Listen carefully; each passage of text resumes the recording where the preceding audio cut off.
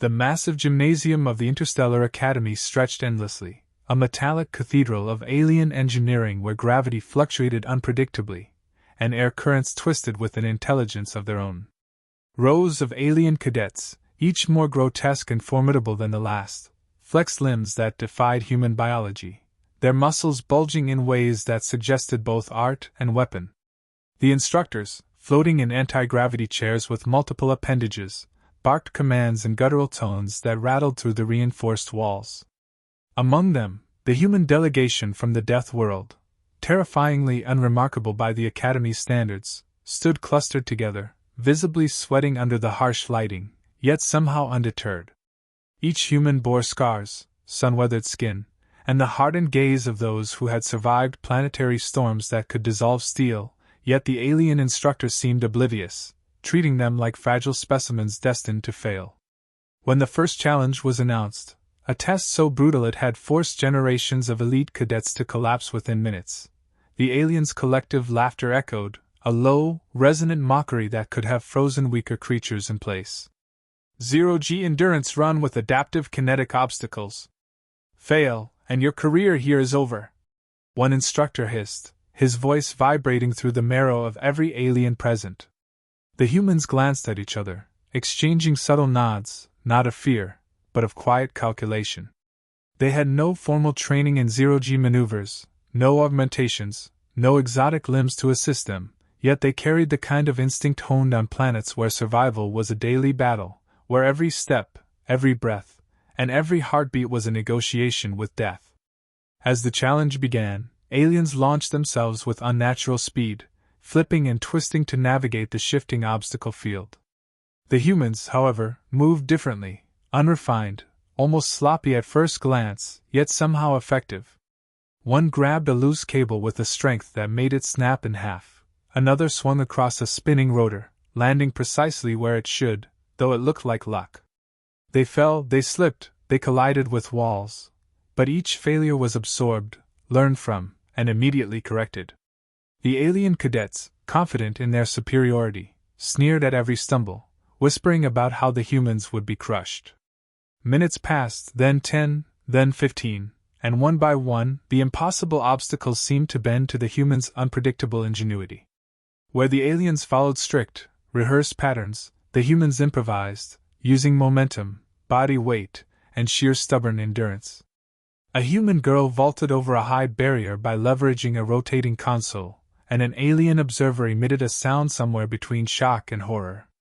Another human, injured and limping, swung from a magnetic tether with the precision of a master acrobat, landing on a platform that none of the aliens thought reachable. Instructors whispered to each other, consulting holographic readouts, faces masked, unsure if they were witnessing skill, luck, or some incomprehensible species trait. Meanwhile, a quiet voice from one of the humans muttered, almost to themselves, "Just like climbing the cliffs back home, easy." And with that offhand comment, a subtle ripple of tension spread through the room. The humans didn't see this as impossible. For them, this was survival, instinct, not training. As the challenge concluded, the scoreboard revealed an outcome that stunned the Academy. Every human had not only survived but had outperformed more than half the alien cadets, some by margins no one could explain. A ripple of disbelief and whispered debate spread through the spectators, and in the corner of the gym, one human, wiping sweat from his brow, glanced at the camera drone capturing the event and smiled faintly, as if to say, "You might want to subscribe and see what comes next." In that moment, it became clear that the Death World humans were not just competitors. They were anomalies, creatures forged by circumstances so extreme that the Academy's impossible challenges were merely new terrain, not a test of limits. As the aliens muttered and recalculated their assumptions, the humans regrouped quietly, sharing no words, just an understanding born of shared hardship, and the spectators, some alien, some human, felt a strange thrill, a sense that the universe had just revealed one of its rare, inexplicable wonders. The second challenge began without warning, a sudden blackout plunging the gymnasium into near-complete darkness. Only the faint bioluminescent veins of the alien architecture glowed, tracing serpentine patterns across walls, floors, and hovering platforms. The instructors' voices, amplified through hidden speakers, now carried a sharper edge, commanding the cadets to navigate the obstacle gauntlet of gravitas, a course designed to exploit every weakness: fluctuating gravity fields, unpredictable kinetic traps, and sensory illusions that left even seasoned alien cadets disoriented. The human team, huddled briefly, did not argue or hesitate. They had learned early on that overthinking could be fatal. Instead, they trusted their instincts and the honed reflexes born from Deathworld survival, where darkness was as much a tool as a threat and improvisation was the difference between life and oblivion. As the gravity fluctuated, twisting one moment like a crushing weight pressing down and the next like a feather-light void pulling them upward, alien cadets struggled, limbs jerking in unnatural angles, eyes wide with panic, some attempting to recalibrate their exosuits, others thrashing against force fields that had no mercy. The humans moved differently. One of them, a tall, wiry man with jagged scars across his arms, seemed to almost sense the gravity shift before it occurred, planting his feet and swinging in arcs that defied every law of physics the aliens had memorized. Another, a woman whose skin was lined with the permanent burns of solar storms, reacted with a fluidity that was almost balletic, though untrained, turning what appeared to be chaotic tumbling into controlled propulsion. Each time an alien cadet fell, they screamed in frustration or pain, but the humans adapted, catching themselves on ledges, vaulting with momentum that should have sent them careening into walls, yet somehow landed perfectly. Observing this, instructors exchanged rapid signals through appendages, as if debating whether to cancel the trial or admit that these humans might be beyond understanding. The humans didn't care. Their focus was absolute, hearts pounding not from fear, but from the exhilaration of overcoming odds that would crush any other species. Midway through the gauntlet, an unexpected hazard was triggered. A plasma net descended, its strands designed to ensnare and fry cadets who made a single misstep. Alien cadets froze, calculating escape vectors, their exosuit enhancements whirring, yet most failed, jerking and screaming as the net glowed dangerously.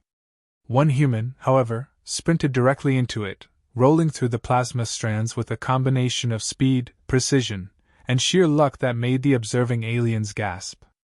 Another human followed, gripping a magnetic railing and swinging above the net like a predator from their homeworld jungles, landing behind it as if it were nothing. The instructor's monitors flashed warnings, showing a discrepancy so vast it almost defied explanation. The human's success rate was higher than any cadet of comparable age, strength, or experience.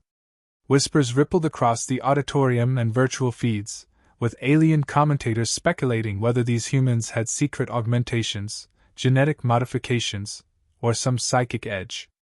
The humans, oblivious to speculation, continued their movements, eyes sharp, muscles coiled, responding instinctively to each environmental threat, improvising in ways the most advanced AI could not have predicted.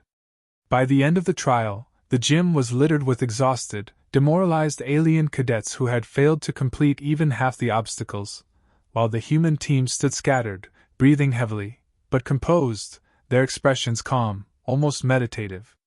One of the humans, noticing a small drone filming the trial from above, gave it a slight nod and a grin, whispering, "Don't forget to subscribe if you want to see the next round."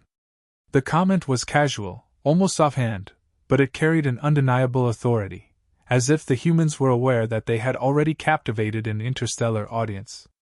As instructors recalibrated and replayed holographic footage, analyzing every maneuver frame by frame, it became increasingly clear that these humans operated on a level that wasn't just physical, it was psychological, instinctive, and terrifyingly efficient. The aliens had been trained for years, even decades, yet the humans, unenhanced, unaugmented, and seemingly unprepared, had not just survived but dominated, turning a gauntlet designed to kill into a proving ground for their unparalleled adaptability. In the quiet moments after the challenge, as medics and assistants tended to both alien and human cadets, the human team exchanged nods, small gestures of mutual respect that spoke volumes. They did not gloat, nor did they boast. Their victory was not about recognition, it was about mastery of environment and circumstance. And somewhere in the corner, hidden cameras captured it all, broadcasting a subtle message to anyone following the story across light years. These humans were not to be underestimated, and their journey was only beginning. The air was thick with tension, admiration, and disbelief, leaving alien cadets, instructors, and spectators alike questioning everything they thought they knew about the limits of survival, skill, and raw human ingenuity. By the time the humans exited the gauntlet, covered in sweat, bruises, and the occasional scorch mark, murmurs had spread across the academy. "Who are they? Where do they come from? How is this possible?" Yet the humans said nothing, their quiet confidence a stark contrast to the chaos they had left behind, a reminder that on Deathworlds, life had taught them lessons no alien gym, or academy, could ever hope to teach. The third trial commenced almost immediately after the human team had barely caught their breath, a test so perilous that the alien cadets had been warned it could result in permanent injury, or worse. The chamber of elemental flux loomed before them, a massive, translucent dome that pulsed with energy fields, fire jets, ice shards, and gravitic anomalies that shifted with every heartbeat.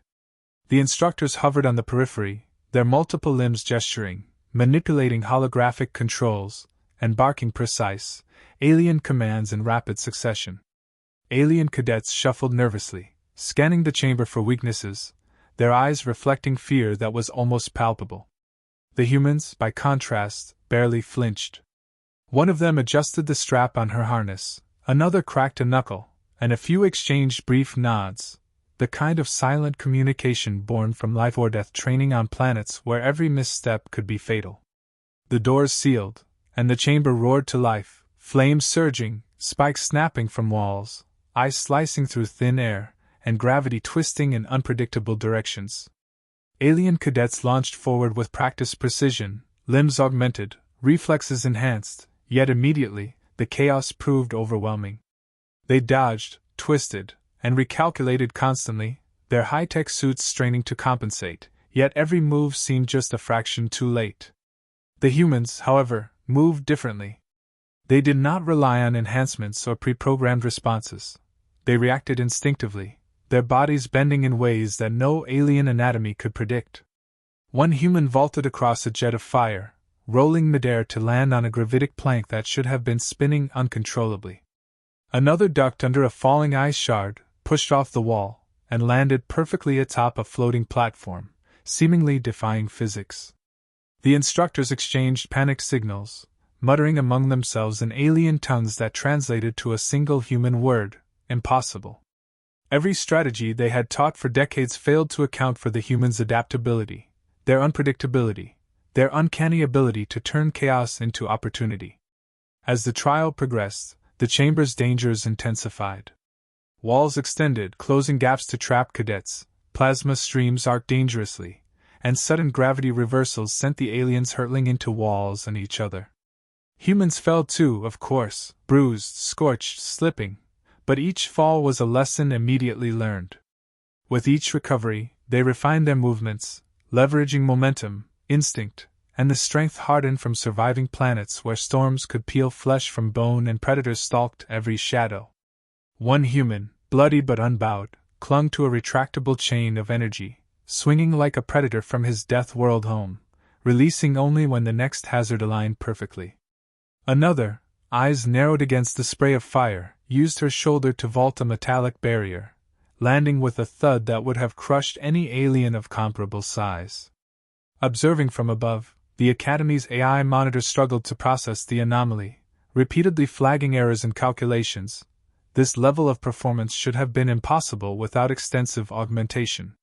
Yet here it was, raw, untrained humans outperforming cadets whose enhancements were regarded as the pinnacle of interstellar engineering. In the chaos, small moments of humanity shone through. One human, noticing a cadet about to collide fatally with a plasma burst, yanked a fellow teammate into position, redirecting their trajectory and saving them from incineration. The instructors blinked in disbelief. Teamwork was a strategy, but instinctual empathy in such conditions was almost unheard of. By the time the final hazards, an erupting vortex of wind, fire, and ice converging at impossible speeds, were activated, the humans had already developed an unspoken rhythm, a flow that allowed them to move with calculated improvisation. Alien cadets fell by the dozens, screaming, bruised, and bewildered, while the humans flowed past, unbroken, their movements a combination of raw power, ingenuity, and sheer, stubborn survival instinct. When the chamber finally quieted, the scoreboard revealed a truth that stunned the Academy. Every human had survived, many with near-perfect scores, while even the most elite alien cadets lagged far behind. The instructors gathered around, speaking urgently in their multitonal voices, trying to rationalize the results, running simulations, rechecking every variable, yet finding no answer. The humans, meanwhile, stepped out of the chamber, sweat dripping, burns and cuts marking their skin, but faces calm, composed, and resolute. One glanced at the hovering media drones capturing every detail and murmured, almost playfully, "Stick around, there's more to see, don't forget to subscribe." It was a subtle, almost casual acknowledgement of the spectacle they had created, yet it carried weight. It was a declaration that these humans had not only survived but dominated in ways no one had anticipated. In the aftermath, the alien cadets whispered in shock, questioning everything they had been taught: strength, agility, reflexes, even intelligence. None seemed sufficient to explain the humans' mastery. The humans exchanged brief words, laughter, and glances, small, quiet celebrations that spoke volumes about shared survival and unspoken respect. To anyone observing, it was clear, the humans were not merely participants in the Academy. They were anomalies, forces of nature shaped by Deathworlders, operating on instinctual knowledge no alien physiology or programming could replicate. As medics and assistants tended to injuries and chaos slowly subsided, the humans collected themselves, readying for whatever the instructors could throw next. And in the hushed tension of the observation decks, one lingering thought echoed: the humans were not just extraordinary, they were redefining what was possible, turning the impossible into a testament of ingenuity, resilience, and the indomitable spirit of a species forged by survival against every imaginable odds. The fourth trial arrived with a sense of inevitability, a whispered dread that rippled through the alien cadets like static electricity before a storm. Called the Crucible of Sentience, it was not merely a test of physical prowess but a gauntlet designed to crush the mind, spirit, and reflexes all at once. The chamber itself was a shifting labyrinth of alien architecture, walls morphing mid-step, floors folding into vertical planes, and invisible energy barriers that responded to thought patterns, detecting hesitation, fear, or uncertainty. Instructors hovered on multiple levels, their appendages flicking with urgent precision, controlling holographic projections and monitoring biometric readouts with expressions as inscrutable as the void of space. Alien cadets glanced nervously at one another, many gripping their equipment in panic, calculating probabilities, rechecking their mental matrices, and praying to ancestral codes for guidance. The humans, by contrast, exchanged no words but an understanding passed between them like electricity, subtle nods, fleeting glances, and imperceptible shifts in stance that communicated a single truth: this is survival. No training could prepare one for the crucible of sentience, yet the humans approached with a calm born of planets where every dawn meant fighting for life, where storms could crush cities and predators hunted relentlessly. The doors sealed, and the labyrinth sprang to life. Walls shifted, trapping cadets in dead ends, then opening suddenly to reveal floors that dropped hundreds of meters, only to be cushioned by anti-gravity fields that altered with the cadets' balance. Alien cadets screamed, cursed, and recalculated, their augmented minds straining to process the chaos, yet failing repeatedly as the labyrinth anticipated and punished missteps. The humans, however, adapted. One lunged across a collapsing platform, twisting midair to avoid a plasma filament, landing as if on solid ground despite the floor tilting at an impossible angle. Another, her vision partially obscured by a flickering energy wall, used her instincts to leap, roll, and pivot, exploiting momentum that the labyrinth could not predict. Every human action seemed reckless at first glance, yet worked with a precision that belied their apparent randomness. Instructors monitored, disbelief etched across their multifaceted faces, issuing commands and adjusting parameters in a desperate attempt to regain control, yet the humans consistently exceeded expectations. Midway, the labyrinth introduced sentient obstacles, constructs that moved autonomously, reacting to cadet strategies, anticipating paths, and attempting to cut off escape. Alien cadets were ensnared, immobilized, or struck down, their augmented reflexes unable to cope with unpredictability that exceeded their training limits. Humans met these constructs with improvisation, using tools, walls, and even one another as improvised leverage points, turning threats into pathways and hazards into springboards. One human caught a tumbling alien construct, redirecting it mid-flight into an energy barrier that disabled it, and then vaulted past the now cleared path with an effortless grace that left observers awestruck. The room filled with whispers, disbelief, and awe as cadets and instructors alike began questioning everything, their understanding of physics, biomechanics, strategy, and even the essence of intelligence. By the trial's climax, the labyrinth intensified, introducing combined hazards, gravity spikes, fire walls, plasma nets, and psychic illusions designed to confuse, distract, and break the mind. Alien cadets faltered, many screaming or freezing, while the humans seemed to flow through the chaos, instinctively reading the environment, exploiting weaknesses, and moving as if the labyrinth itself responded to them.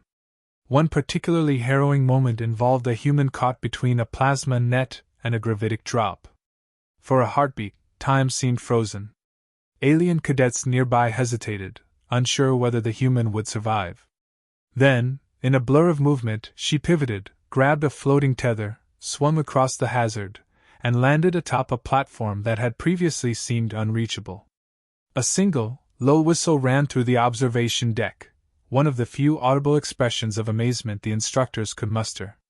When the crucible finally quieted, silence hung heavy over the chamber. The humans had not only survived, they had outperformed every cadet in every measurable metric, completing the labyrinth faster, cleaner, and more efficiently than any species had before. Instructors convened urgently, simulations running, recordings being replayed, yet each analysis returned the same inexplicable truth. The humans had transcended the expected limitations of biology, physics, and strategy. The human team emerged battered, scorched, and bruised, yet walking with calm assurance. One glanced toward the floating observation drones, a subtle smirk forming on his lips. "Stick around," he said softly, voice almost lost in the hum of machinery. "You don't want to miss what happens next." A natural, playful call for attention that somehow resonated across species barriers. Alien cadets gawked, a mixture of admiration, fear, and disbelief filling the air. They whispered about human resilience, adaptability, and the sheer, almost reckless courage that allowed them to thrive where the Academy's finest had fallen. Medics tended to injuries, instructors debated endlessly, and yet the humans showed no arrogance, only quiet confidence, a calm understanding that life on Deathworlds had trained them in ways no alien curriculum could match. By the time the humans regrouped at the edge of the chamber, exhausted but unbroken, one small gesture captured the essence of the story, a nod to a floating camera drone, an almost imperceptible grin, and a subtle implication that their legend was only beginning. In that instant, it became painfully clear to everyone present, the humans were no ordinary cadets. They were anomalies, forces of nature, survivors of worlds so extreme that the Academy's impossible challenges were merely playgrounds for their instincts. The air trembled with tension and fascination, the alien cadets left questioning every assumption about strength, intelligence, and the limits of species. Somewhere deep within the observation deck, a quiet thought spread among the spectators and media feeds alike. The humans had not just conquered the crucible of sentience, they had rewritten what it meant to be unstoppable, and anyone following their journey across the galaxy would be compelled to witness every moment. And as the humans quietly prepared for the final trial, their gaze steady, their posture relaxed, one subtle truth was unmistakable. This was more than survival. It was the human spirit asserting itself in a universe that had underestimated it for far too long. The fifth and final trial was announced with a resonant gong that shook the very foundations of the Interstellar Academy. Called the Apex Convergence, it was a multidimensional test that combined every previous challenge: zero-gravity endurance, elemental flux, labyrinthine mazes, sentient obstacles, and added one last layer: the predators. Not just any predators, but genetically engineered apex hunters from across galaxies, creatures specifically bred to exploit every weakness a cadet might possess. The alien instructors hovered, multi-limbed hands twitching in anticipation, their expressions unreadable yet radiating tension. Alien cadets shivered in their exosuits, many already trembling from the knowledge that very few had survived even the preparatory simulations. The humans, by contrast, stood quietly at the threshold, their eyes scanning the chamber with a calm precision. To them, the predators were just another variable in an equation they had been solving instinctively for lifetimes. As the chamber doors sealed, the apex predators emerged, sleek, terrifying, with claws that could pierce titanium, eyes that seemed to read intention, and reflexes so fast they blurred to the human eye. Alien cadets scattered, some screaming, others frozen in indecision, but the humans did not move chaotically. They calculated intuitively, each step measured, each breath controlled.